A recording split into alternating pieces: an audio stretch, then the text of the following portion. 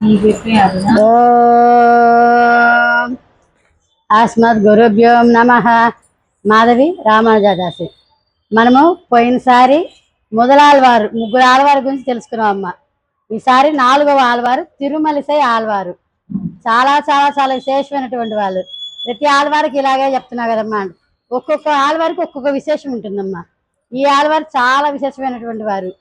పోయినసారి ముగ్గురు ఆళ్వారు అయోనిజులు, తల్లి తండ్రి లేరమ్మా. కానీ ఈ ఆళ్వారికి తల్లి తండ్రి ఉన్నారు. భార్గవ మహర్షి అనే ఒక మహర్షి తపస్సు చేస్తూ ఉంటే ఇంద్రుడు ఆ తపస్సు భగ్నం చేయడానికి కనకాంగి అనే ఒక అప్సరసను పంపించారు. పంపిస్తే వారి వల్ల కనకాంగికి గర్భం వచ్చిందన్నమాట. గర్భం వచ్చి వీరు జ్ఞానోదయం అయ్యి అయ్యో నేను తప్పు చేశానని చెప్పి ఆమెను వదిలిపెట్టి వెళ్ళిపోయారు.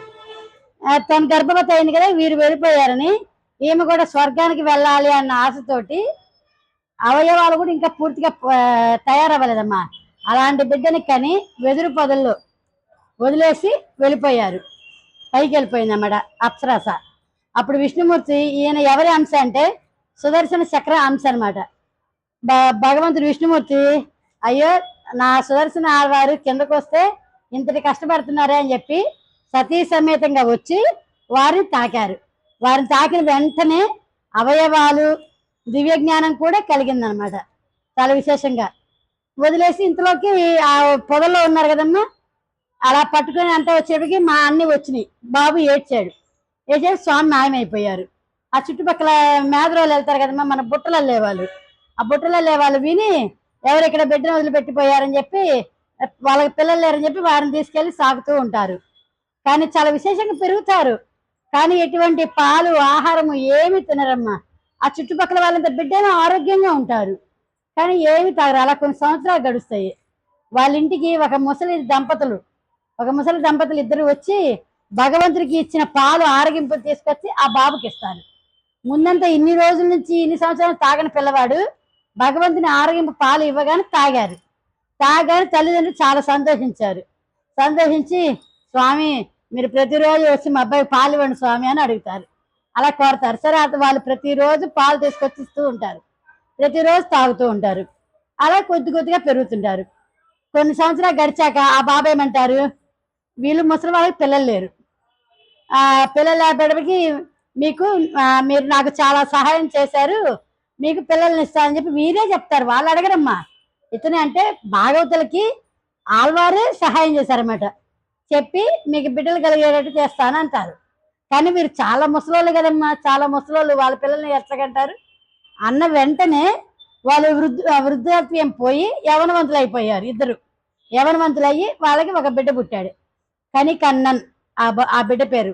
పుట్టిన దగ్గర నుంచి వీరినే తిరుమలసై ఆళ్వారినే గురువుగా భావించి కంటిన్యూ వారితోనే ఉంటూ ఉంటారు.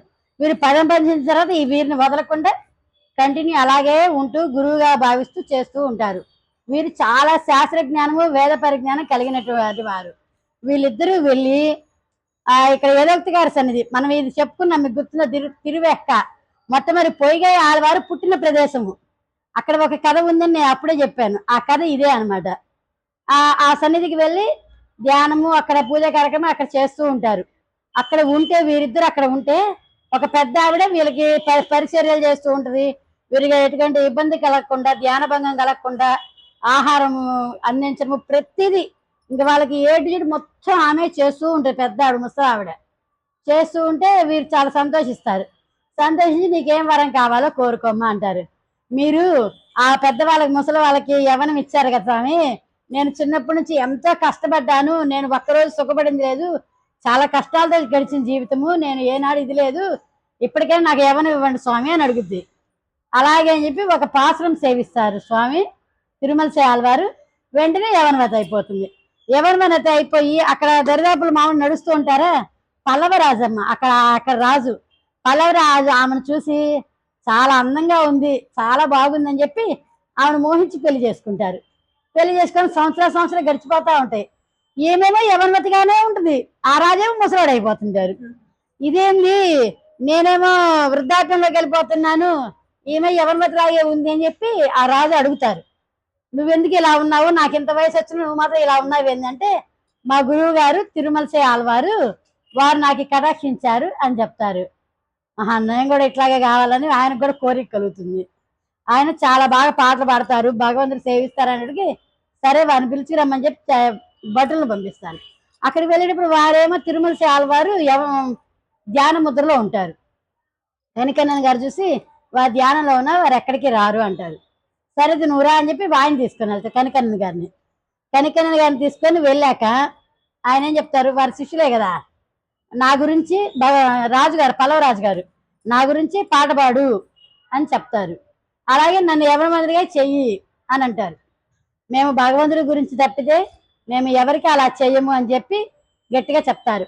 కాదు చేయాల్సిందే అని గట్టిగా చెప్తారు. రాజు కదమ్మా, నేను చేయను కాక చేయను, భగవంతుడి మేము ఎవరిని అనము పాడము అని చెప్పి అంటారు. అట్లయితే దేశ బహిష్కరణ అని చెప్పి శిక్ష వేస్తారు. సరే ఇంకా ఇప్పుడు రాజుగారు చెప్తా చేయాల్సిందిగా సరే వీరు గుడికి వెళ్ళిపోతారు. గుడికి వెళ్ళిపోయి తిరుమల ఆళ్వారి దగ్గరికి వెళ్ళారు.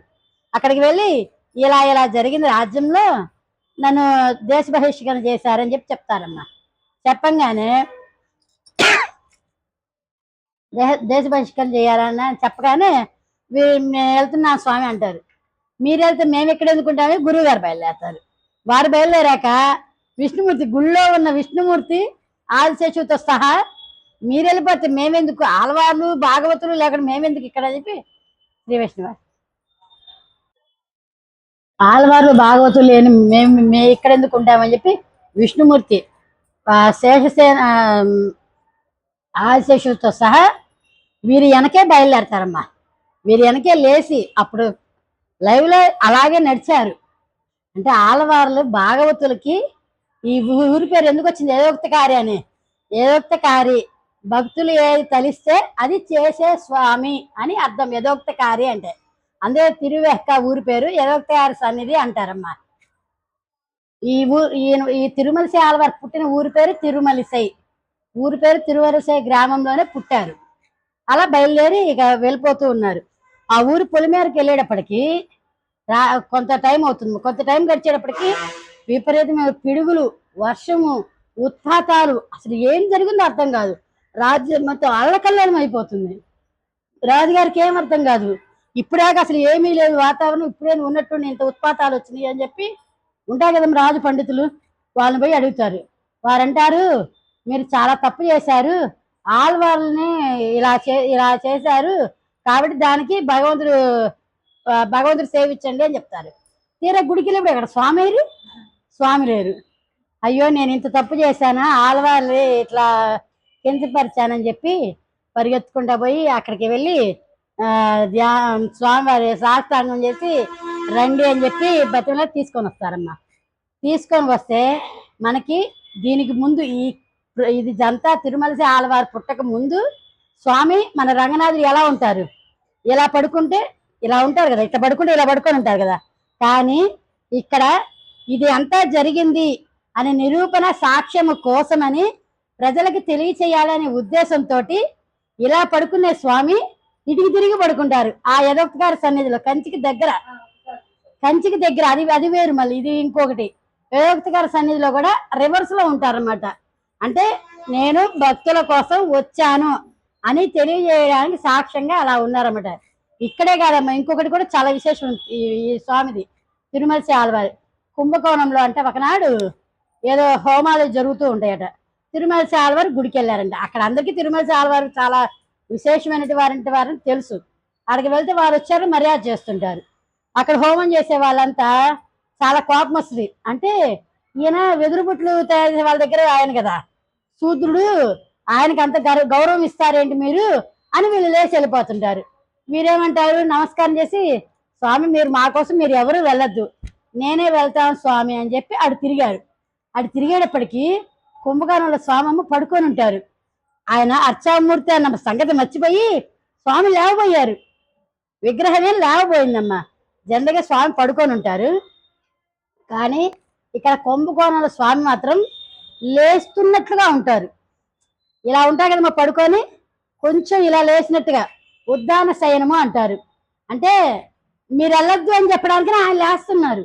అప్పుడు స్వామి ఆగండి, మీరు అర్చామూర్తి, మీరు అలా వచ్చేసి ఎలా స్వామి అని చెప్పి నమస్కారం చేశారు. అప్పుడు అట్లా ఆగిపోయారు. అందుకని కానీ మనకైతే అర్థం కాదమ్మ గుళ్ళో బయట నుంచి చూస్తే. జనగా ఈ అన్ని జరిగినప్పుడు మాత్రం కొద్దిగా గమనిస్తే మనకి అర్థమవుతుంది. ఉద్దాన శయనంలో ఉంటారు కుంభకోణంలో.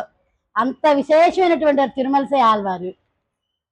ఆండాள் తిరువడిగలే శరణం, ఆళ్వార్ తిరువడిగలే శరణం. చాలే